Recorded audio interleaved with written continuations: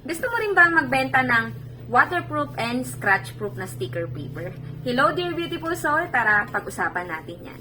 Sa Best Tokens po, ang unang binenta naming sticker ay hindi siya waterproof and scratch-proof. Kung followers na po namin kayo way back 2021, yung pandemic pa, ang unang-unang pinost namin dito na ay sticker paper. Kasi ayun yung in-demand talaga. And hanggang ngayon masasabi namin na ang sticker ang best seller namin sa shop. Bakit? Kasi lagi siyang ginagamit sa business, lagi siyang ginagamit pang packaging. Kaya kami naka-decide na bumili ng Epson L3210. Kasi ang gusto ng mga customer namin, laging hinahanap kung may waterproof or scratch-proof daw kami na sticker.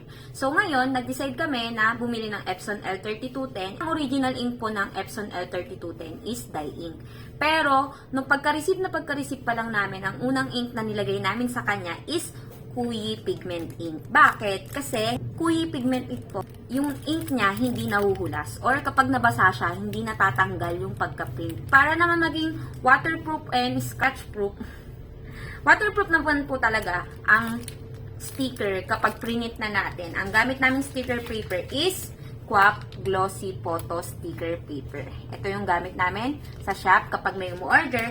And kapag mga packaging naman, ang gamit namin is Yasen brand. Ginagamitan namin siya, para maging scratch proof siya, ginagamitan namin siya ng Quap Cold Laminating Film, Photo Top, kung tawagin. And katulad nitong sticker natin na pinakita ko sa inyo, ang gamit po nila dito is broken glass. Kaya naman, kung gusto nyong umorder, visit my yellow basket. So, yun lang guys. Thank you for watching!